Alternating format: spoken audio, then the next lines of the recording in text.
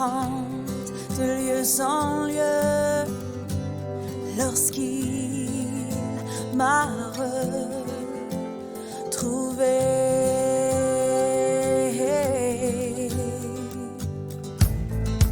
Alléluia, comme la pluie, ta grâce coule sur moi. Alléluia, mes péchés sont effacés.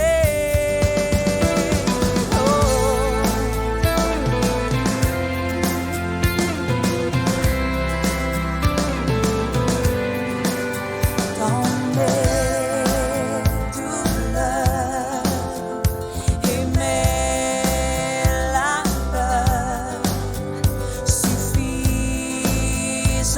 est sa grâce. Je peux toujours compter sur sa faveur à chaque heure qui passe.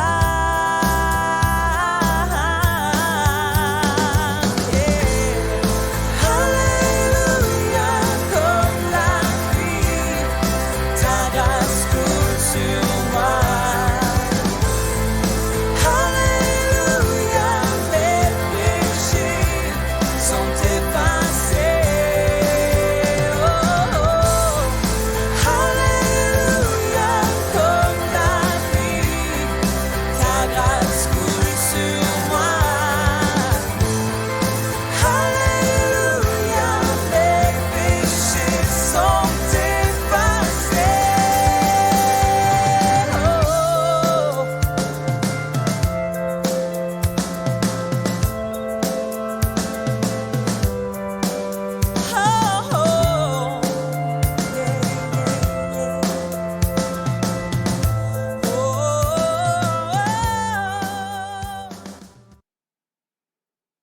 Bonjour à toutes et à tous, bienvenue pour cette nouvelle vidéo intitulée Le Fils de l'Homme. Je répète, nouvelle vidéo intitulée Le Fils de l'Homme. Alors merci à Tabitha pour sa musique. Comme la pluie, oui, le Seigneur vient nous redresser et nous donne la liberté et la vie éternelle en Jésus-Christ. Merci Seigneur. Donc, vous pouvez retrouver ce contenu bien entendu gratuitement sur YouTube. Alors la question que nous allons nous poser aujourd'hui, c'est pourquoi le Seigneur se faisait-il appeler le Fils de l'homme? Je répète, pourquoi le Seigneur se faisait-il appeler le Fils de l'homme? Alors, le Seigneur Jésus, lorsqu'il s'est fait chair, n'a pas dit donc à tout le monde qu'il était Dieu. Il ne l'a dit qu'à un petit nombre de personnes. Souvent, le Seigneur disait qu'il était le Fils de l'homme. Quand on l'interroge, il disait qu'il était Fils de l'homme. Et peu de fois, il a dit qu'il était Dieu et qu'il était Dieu le Fils. On le voit par exemple dans l'évangile de Jean, chapitre 1, verset 51, et il lui dit « en vérité, vous verrez désormais le ciel ouvert et les anges de Dieu monter et descendre sur le Fils de l'homme. » En parlant bien entendu de lui, vous voyez, le Fils de l'homme. On le voit aussi à l'évangile de Jean, chapitre 3, versets 13 à 15. « Personne n'est monté au ciel, si ce n'est celui qui est descendu du ciel, le Fils de l'homme qui est dans le ciel. Et comme Moïse éleva le serpent dans le désert, il faut de même que le Fils de l'homme soit élevé, afin que quiconque croit en lui ait la vie éternelle. » Vous voyez, encore une fois, il est ici question de lui, du Seigneur, du Fils de l'homme. Donc, nous allons voir ensemble que le Seigneur a caché sa nature divine, car il est Dieu, afin de se révéler. Alors pourquoi est-ce qu'il a caché cette nature divine? Afin vraiment de se révéler à ceux qui devaient être sauvés. Nous allons voir également que par ce terme, le Seigneur s'est abaissé par amour pour nous et pour nous encourager à le suivre, à avoir foi en lui. Il ouvre ainsi une voie nouvelle, bien entendu, vers le Seigneur, vers notre Dieu, la voie de la réconciliation par la foi en Jésus-Christ grâce à son sacrifice à la croix. Alléluia, gloire à Dieu. Donc on va voir déjà, le Seigneur cache sa nature divine, sauf à ceux qui croient en lui. Pour le plus grand nombre, il a caché sa nature divine et disait qu'il était fils de l'homme. Donc, cette formulation, fils de l'homme, en fait, elle doit entraîner chez celui qui reçoit cette information un choix. Si le Seigneur avait dit texto « Je suis Dieu » et qu'il aurait finalement enchaîné les miracles, les prodiges, etc., vraiment de manière incroyable, en fait, les gens, les hommes, les femmes, en fait, ils auraient été forcés de croire. Ils auraient été forcés de croire en lui. Devant vraiment une telle gloire, des tels miracles, des tels prodiges, vous voyez, si vraiment le Seigneur avait fait des choses qui dépassent l'entendement et ce qu'on peut lire dans la Bible, parce qu'il en est capable, si vraiment il avait fait tout ça, de manière concentrée, d'un seul coup, etc., les gens n'auraient pas eu le choix. La divinité du Seigneur Jésus-Christ ça les aurait vraiment frappés, et donc du coup, ils auraient été tout de suite convaincus. Mais le Seigneur nous donne le libre arbitre. Il faut choisir de croire. Il faut choisir de croire en Jésus-Christ. C'est un choix. Donc oui, il est venu, il a fait des miracles et a transmis son message, mais il n'a jamais contraint, il n'a jamais obligé personne à croire en lui. Vous voyez, il n'a jamais eu d'obligation. Et en employant le terme « fils de l'homme », le Seigneur vraiment laisse un choix plus libre à tout le monde. Voilà une des premières raisons pour lesquelles il se faisait appeler le Fils de l'homme. Donc on va lire un passage où on voit cela, où il se fait appeler Fils de l'homme. Évangile de Jean, chapitre 5, versets 26 à 47.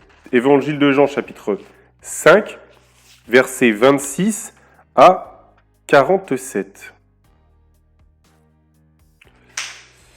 Car comme le Père a la vie en lui-même, ainsi il a donné au Fils d'avoir la vie en lui-même. Et il lui a donné le pouvoir de juger, parce qu'il est Fils de l'homme. Ne vous étonnez pas de cela, car l'heure vient où tous ceux qui sont dans les sépulcres entendront sa voix et en sortiront. Ceux qui auront fait le bien ressusciteront pour la vie, mais ceux qui auront fait le mal ressusciteront pour le jugement. Je ne puis rien faire de moi-même, d'après ce que j'entends, je juge, et mon jugement est juste parce que je ne cherche pas ma volonté, mais la volonté de celui qui m'a envoyé. Si c'est moi qui rends témoignage de moi-même, mon témoignage n'est pas vrai, il y en a un autre qui rend témoignage de moi, et je sais que le témoignage qu'il rend de moi est vrai. Vous avez envoyé une délégation vers Jean, et il a rendu témoignage à la vérité. Pour moi, ce n'est pas d'un homme que je reçois le témoignage, mais je dis ceci afin que vous soyez sauvés. Jean était la lampe qui brûle et qui luit, et vous avez voulu vous réjouir une heure à sa lumière. Moi, j'ai un témoignage plus grand que celui de Jean, car les œuvres que le Père m'a donné d'accomplir, ces œuvres mêmes que je fais, témoignent de moi que c'est le Père qui m'a envoyé. Et le Père qui m'a envoyé a rendu lui-même témoignage de moi. Vous n'avez jamais entendu sa voix, vous n'avez jamais vu sa face, et sa parole ne demeure pas en vous, parce que vous ne croyez pas à celui qui l'a envoyé. Vous sondez les Écritures parce que vous pensez avoir en elles la vie éternelle. Ce sont elles qui rendent témoignage de moi, et vous ne voulez pas venir à moi pour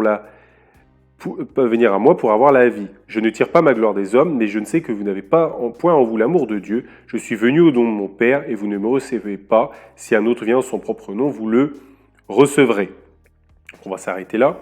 Donc vous voyez ici, il est question encore une fois, du Fils de l'homme, où le Seigneur a dit qu'il était venu pour rendre témoignage, pour sauver les gens. Et il se présentait encore une fois comme Fils de l'homme. Mais il disait que dans les Écritures, il était question de lui. Et vous voyez, il ne disait pas « il ne disait pas aux gens qui étaient là en face, il ne leur a pas dit « je suis Dieu le Fils ». Vous voyez ? Bon. Donc, encore une fois, en vérité, vous verrez désormais le ciel ouvert et les anges de Dieu monter et descendre sur le Fils de l'homme. Donc, cependant, certaines fois, le Seigneur s'est révélé. Il a révélé le fait qu'il était Dieu le Fils. Ces gens, ont eu il s'est révélé en fait à ceux qui croyaient en lui, qui avaient foi en lui. Ces gens ont vraiment eu la révélation. Donc, de même, toi qui crois en lui et en sa divinité, tu as eu la révélation pour t'affermir, pour vraiment comprendre que le Seigneur Jésus est Dieu. Je me rappelle quand j'étais plus jeune chrétien, voilà, je me suis toujours posé des questions au début sur quel était le positionnement du Seigneur Jésus, etc. Vraiment au tout début. Et en fait, j'ai assez vite compris et assez vite cru qu'en fait, il était Dieu, du fait des miracles qu'il faisait, même si finalement, il se faisait appeler Fils de l'homme. Voilà. Donc, on va lire donc un passage où le Seigneur a révélé à une personne qu'il était Dieu, à une personne qui a cru en lui. Donc on va prendre l'évangile de Jean, chapitre 9, versets 26 à 39. Donc chapitre 9, versets 26 à 39. Ils lui dirent, « Que t'a-t-il fait? Comment t'a-t-il ouvert les yeux ?» Il leur répondit, « Je vous l'ai déjà dit, pourquoi voulez-vous l'entendre encore? Voulez-vous aussi devenir ses disciples ?» Ils l'injurièrent et dirent, « C'est toi qui es son disciple, nous sommes disciples de Moïse. Nous avons que Dieu a parlé à Moïse, mais celui-ci, nous ne savons pas d'où il est. » Vous voyez, ils ont fait le choix de le rejeter. Bon. Cet homme leur répondit, « Il est étonnant que vous ne sachiez d'où il est, et cependant il m'a ouvert les yeux. Nous savons que Dieu n'exauce point les pécheurs, mais si quelqu'un l'honore et fait sa volonté, il l'exauce. Jamais on n'a entendu dire que quelqu'un ait ouvert les yeux d'un aveugle né. Si cet homme ne venait pas de Dieu, il ne pourrait rien faire. » Ils lui répondirent, « Tu es nié tout entier dans le péché, et tu oses nous enseigner ?» Et ils le chassèrent. Jésus apprit qu'il l'avait chassé, et l'ayant rencontré, il lui dit, « Crois-tu au Fils de Dieu ?» Il répondit, « Et qui est-il, Seigneur, afin que je croie en lui ?» « Tu l'as vu, lui dit Jésus, et celui qui te parle, c'est lui. Et il dit, « Je crois, Seigneur, et il adora. » Et il adora. Puis Jésus dit, « Je suis venu dans ce monde pour un jugement, pour que ceux qui ne voient point voient, et que ceux qui voient deviennent aveugles. » Donc vous voyez, on a un échange entre un homme qui était aveugle de naissance, le Seigneur Jésus lui a rendu la vue, il discute les pharisiens, les gens religieux lui demandent comment est-ce qu'il a retrouvé la vue. Et là, il dit, voilà, le Seigneur Jésus m'a rendu la vue. Voilà. Et il dit, mais c'est étonnant que vous ne savez pas d'où il est, parce que quelqu'un qui fait des miracles comme ça, Dieu n'exauce pas les pécheurs. Vous voyez, il avait du bon sens. Et il disait, si quelqu'un l'honore et fait sa volonté, il l'exauce. Donc vous voyez, cet homme s'est positionné. Il a décidé de croire en Jésus, d'avoir foi en lui, et du fait que ce n'était pas un pécheur et que c'était quelqu'un que le Seigneur honorait, etc. Vous voyez, il y a eu un acte de respect. Cet homme, quelque part, il a fait un pas vers le Seigneur. Et là, il s'est fait chasser par les gens religieux, par les pharisiens. Et donc, Jésus ayant appris cela, il lui a dit directement, « Crois-tu au Fils de Dieu ?» Il répondit, « Et qui est-il, Seigneur, afin que je croie en lui ?» Tu l'as vu, lui dit Jésus, et celui qui te parle, c'est lui. Et il dit, « Je crois, Seigneur. » Et il l'adora. Vous voyez, il a été lui révélé directement qu'il était Dieu le Fils. Parce que cet homme, encore une fois, s'est positionné. Il a fait un premier pas vers le Seigneur en disant que c'était quelqu'un qui faisait des miracles, etc. Donc, que quelque part, Dieu l'honorait. Voyez.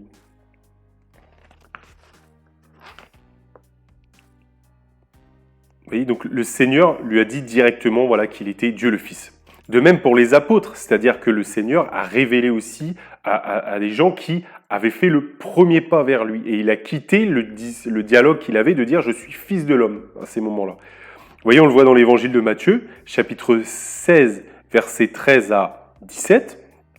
Jésus étant arrivé dans le territoire de Césarée de Philippe, demanda à ses disciples « Qui dit-on que je suis, moi, le Fils de l'homme ?» Ils répondirent, les uns disent que tu es Jean-Baptiste, les autres Élie, les autres Jérémie, ou l'un des prophètes. Et vous, leur dit-il, qui dites-vous que je suis ? Simon-Pierre répondit, tu es le Christ, le Fils du Dieu vivant. Jésus, reprenant la parole, lui dit, tu es heureux, Simon, fils de Jonas, car ce ne sont pas la chair et le sang qui t'ont révélé cela, mais c'est mon Père qui est dans les cieux. Vous voyez, il leur a posé la question directement aux apôtres, il leur a dit, qui dit-on que je suis ? Et ils ont dit qu'il était le Christ, le Fils du Dieu vivant, qu'il était Dieu le Fils. Vous voyez, ils ont cru à cela. Et oui, le Seigneur, du coup, a répondu et le Seigneur leur a dit oui. Vous voyez, et il lui a dit qu'ils étaient heureux parce que le Père leur avait révélé cela. Donc, quelque part, quand le Seigneur vient dire qu'il est fils de l'homme et qu'il fait tous ces miracles, etc., il nous lance quelque part il demande que l'on fasse quelque part un pas vers lui, que l'on s'intéresse à ça, qu'on étudie cela, pour qu'ensuite on comprenne qu'il est Dieu, et bien sûr après il vient nous affermir, il vient nous révéler cela. Voilà. Mais c'est quelque part comme une épreuve.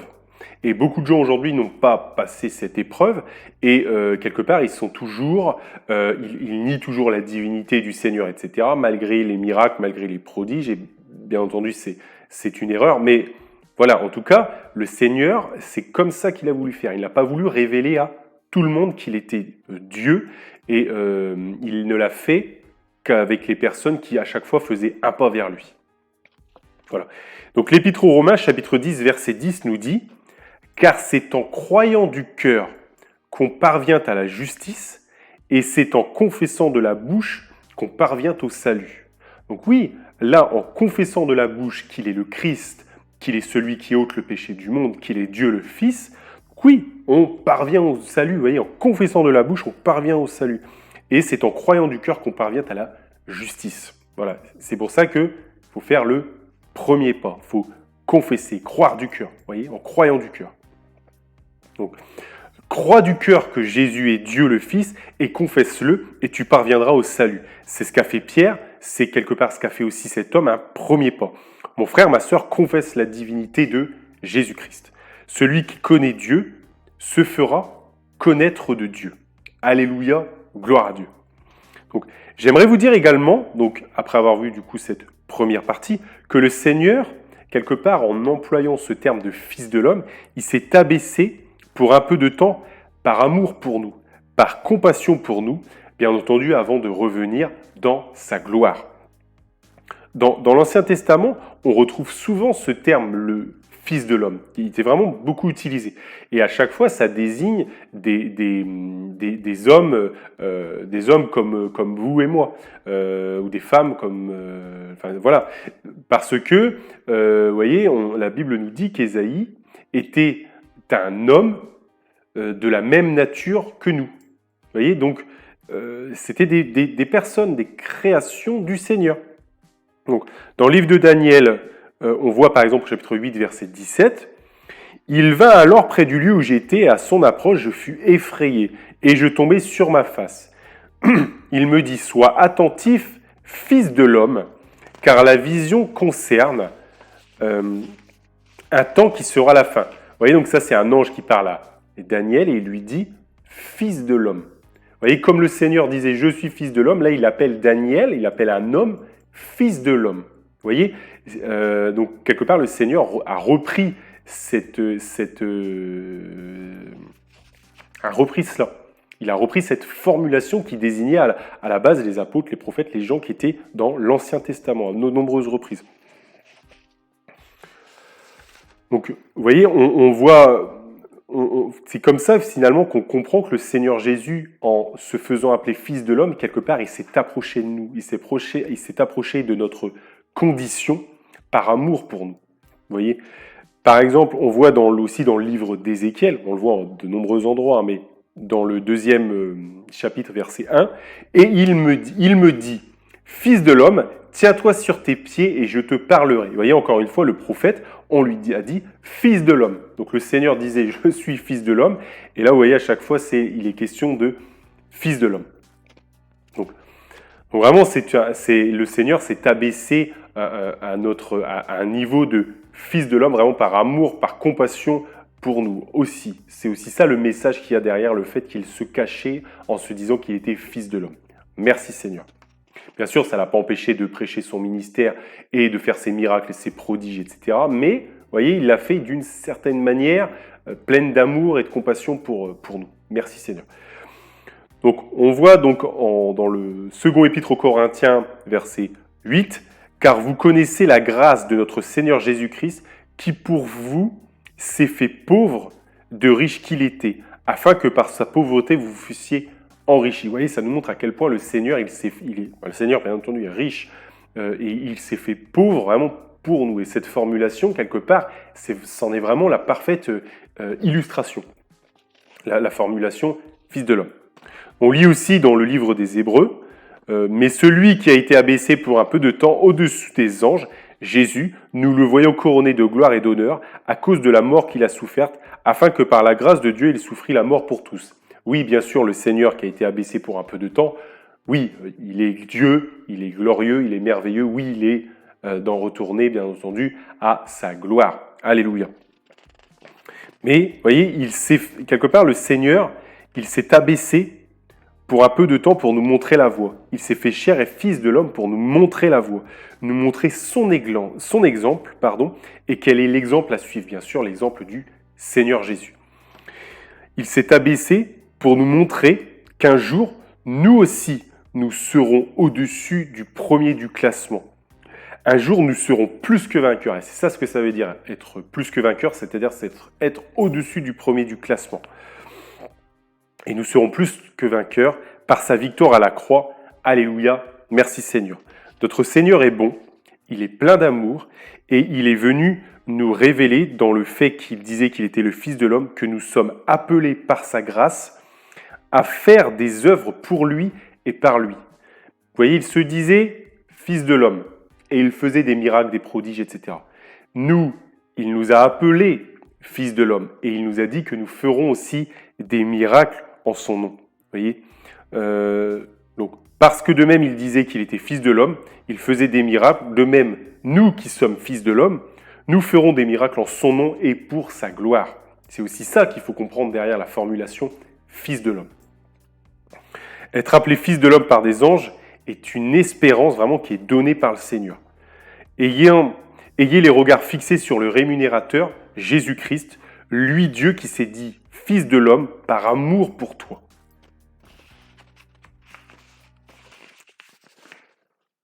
Donc, quand tu franchiras la ligne d'arrivée, le Fils de l'homme que tu es va rencontrer son Dieu et il te fera des dons merveilleux, comme une place dans la nouvelle Jérusalem en sa présence.